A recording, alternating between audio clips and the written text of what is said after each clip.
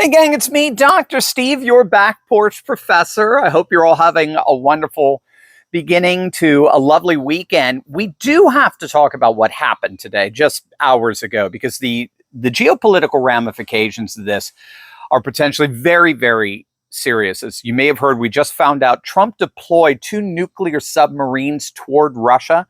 He said that he was responding to a threat made by Russian Deputy Chairman Medvedev to the United States. Medvedev, in a social media post earlier this week, wrote that each new ultimatum that Trump makes about Russia to force an end to its war in Ukraine is a threat and a step towards war, not between Russia and Ukraine, but between Russia and the United States, which is on the surface, well, frankly, true, because you can't issue ultimatums and not enforce them. Otherwise, they're meaningless.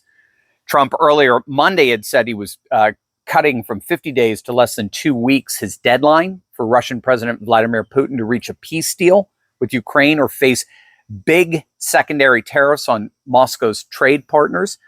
So Medvedev said, stop going down the primrose path of Biden, which was to pursue a policy of provocation with Russia, and let's reset relations here between our two countries.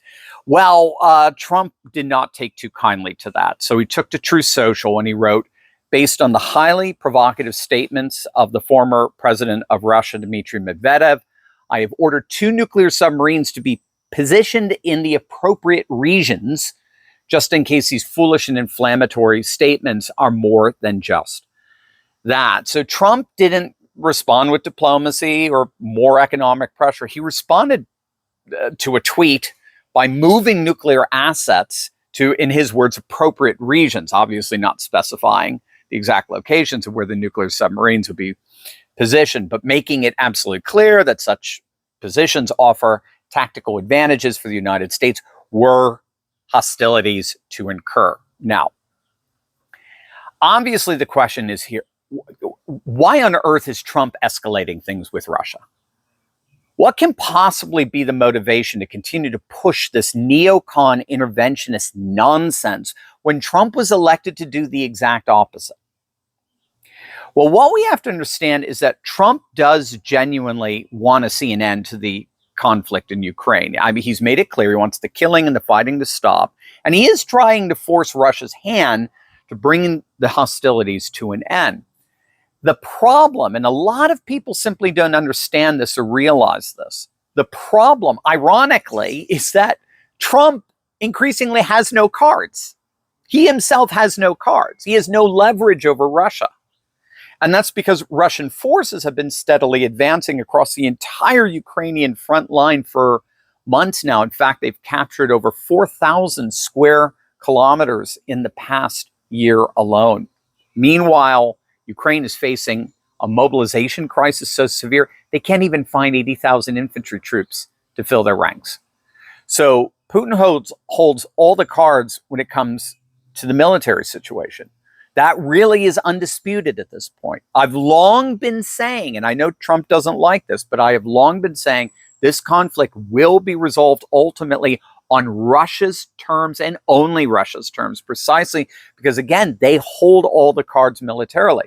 So Trump was trying to play the sanctions card to pressure Russia to end the conflict, even though Trump has said in the past that he didn't think sanctions could work against Russia since they've so thoroughly decoupled themselves from the West over the last 3 years. So Trump has been pressuring particularly India to move away from Russia economically. But the problem here is that India simply isn't cooperating. While Indian state refiners have paused purchases of Russian oil, the majority of oil imports from Russia are handled by private Indian firms, which suggests that India's government is attempting to placate the United States sort of superficially without fundamentally altering its Russian energy ties. The problem, of course, is that India is one of the founding members of BRICS, the parallel economic bloc that includes Russia. You can't be a part of BRICS and not trade with BRICS nations. Plus, India is backing off of its pledge to buy U.S. F-35 fighter jets, and Trump is responding by slapping a 25% tariff on India. So there's this points to a larger frustration for Trump. He doesn't have any military leverage on the battlefield via Ukraine or even NATO. And increasingly, he doesn't have any economic leverage against Russia. So then what becomes of this August 8th ultimatum to get Russia to stop the fighting? You see, geopolitical theorists like John Mearsheimer of the University of Chicago, he's long been warning that the United States would inevitably find itself in this predicament. He's been warning that this is exactly what happens when great powers overextend themselves. So his theory of offensive realism says that when you corner a nuclear superpower, without the strength to back up your threats, you don't get peace. You actually only end up getting escalation. And that's exactly what we're seeing here. Trump's submarine deployment, I would argue, is not projecting strength on his part.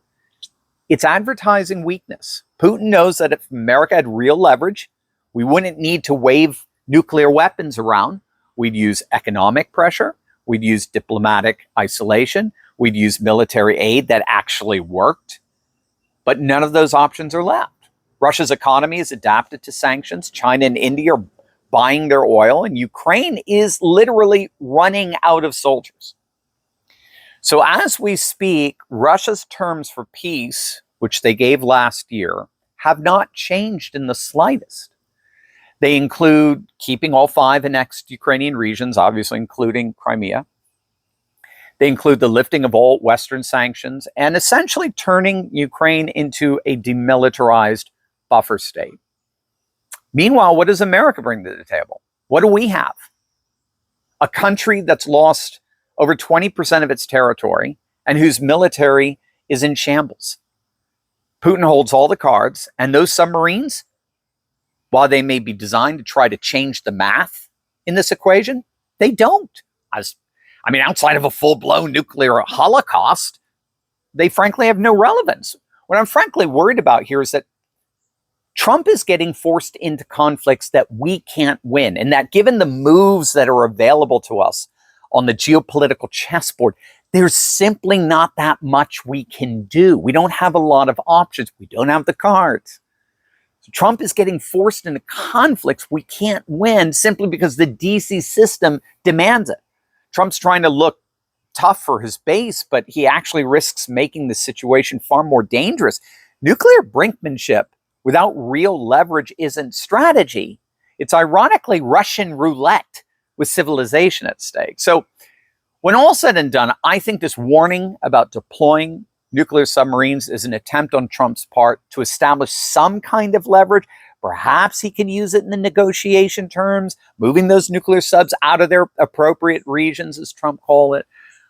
But I frankly don't see how they change the equation at all. Again, outside of launching a full-blown nuclear war, what are these subs going to do? They're not going to return any of Ukraine's annexed territory back. They're not going to force India into economic compliance. It's not going to have any impact on China and what China does.